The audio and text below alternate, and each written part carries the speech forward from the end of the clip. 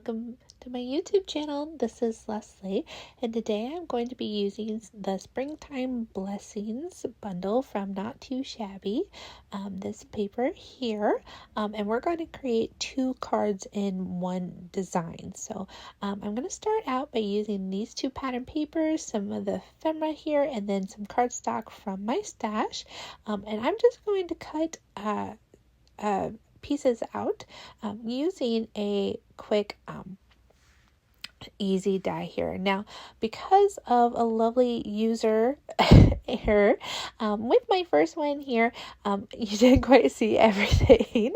I did go ahead and stamp the Easter blessings, and I had already started making this card before I realized that my camera was not actually filming. I had hit the film button when I meant to have it stop. I hit stop when I meant to have it go. So this is just me breaking down how I have this card set up. I have that middle portion. I had cut the zigzag into pieces so that you would see them peeking out at the top and the bottom. And then I was working on this little window frame. Now this easy die is one that I just had in my stash, but Not Too Shabby has several of these types of dies where you just run one die with a 6x6 piece of paper, and it cuts out a bunch of different die cuts that you can then rearrange and make a ton of different sketches and cards. And we have a few sketches available for you to follow, or make it your own. So I will link the Not Too Shabby versions that we have down below. Like I said, this version is just one that I had in my stash from a different brand, but you still can see how I created this. Now, I am just maneuvering the ephemera kind of how I think I wanted, along with the Easter blessings sentiment that is from the stamp set. This particular card is going to be an Easter card, where the other one doesn't necessarily have to be Easter specifically. And with the ephemera and with the sentiment, I am bumping that up in foam tape. I like lots of dimension. A lot of the times I either hand off my cards. If I do put them through the mail, I tend to put an extra stamp on them. I like to send my grandmother a card pretty regularly. She gets to she's the receiver of a lot of my cards, just because it's fun to get happy mail. I mean, I love when I receive something fun in the mail, like a card from someone else. So I like to send them out as much as possible, but I also want to make sure it actually gets there. Then of course I am using enamel dots from Rose Cottage. This is from a different bundle from Not Too Shabby, but the colors just matched perfectly with this Springtime Blessings bundle. So I'm glad I had that in my stash, and I will link that down below if it's still available as well. So I am going to put a couple of the green dots up in that top left hand corner with another couple of the pink dots here. I'm going to kind of mix and match, add one to the flower center just to give it a little bit of sparkle here, and then that will finish off this card. And of course, you can see in the upper right hand corner of my screen, there is quite a few pieces left over, since I did run it through twice, one with each pattern paper. So we are going to make the exact same design with another card. So I'm starting out with that pink cardstock from my stash as well. We are making A2 cards today, which means that they're 4 1/4 by 5 1/2. That pink cardstock is cut down to 4 by 5 1/4. I want to have a nice little white border from my card base on it. We're just going to use some tape adhesive here and get that firmly pressed on. And then I went to go look at these and start gluing these on, when I realized that I really liked how the back of these papers looked together, and I just kept looking at those, and like the stitching is backwards then, but I'm actually okay with it. If you've ever flipped your paper over after you've cut it with a stitching die, those little marks are raised up, and so it kind of gives a fun feeling to your fingers as you're holding the card, and it just adds a little bit extra to it, and I thought it went beautiful. Now, I was kind of maneuvering, going, do I want that pattern paper with the window, or if I wanted just the pink, and I decided just to go with the pink and just make this entire thing backwards.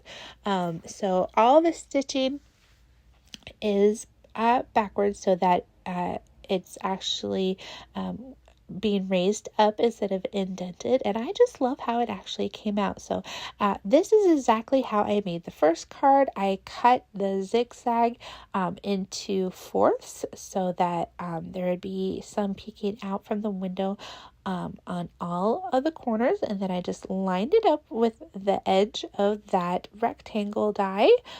If you have square dies and rectangle dies in your stash, you could also use those kind of dies as well. If you don't have just an easy wonder die, you could always just use some shape dies as well in your trimmer. It just won't have the stitching, which is perfectly fine. And then we're going to go ahead and put the window part on here. Now I could put a little bit of cardstock along those edges to bump it up a little bit more, but I don't feel like there's any bending that you can see, and so I'm not worried about that at all. And then we're just gonna make sure that the windows are showing the flowers in a way that I want them to. I'm kind of maneuvering them around, so once I have my ephemera on, it doesn't hide all of those flowers.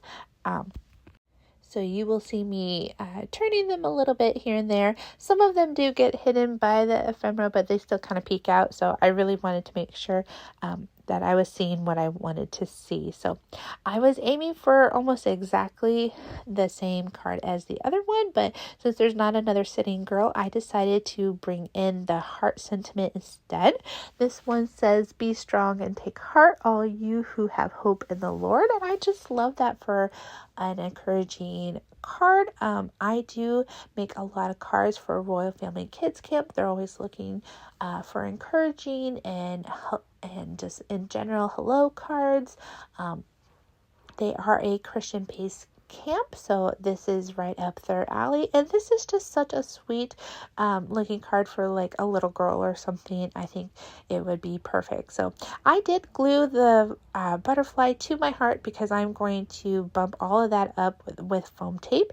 My first flower I decided to keep lower just to give a little bit more dimension and interest there.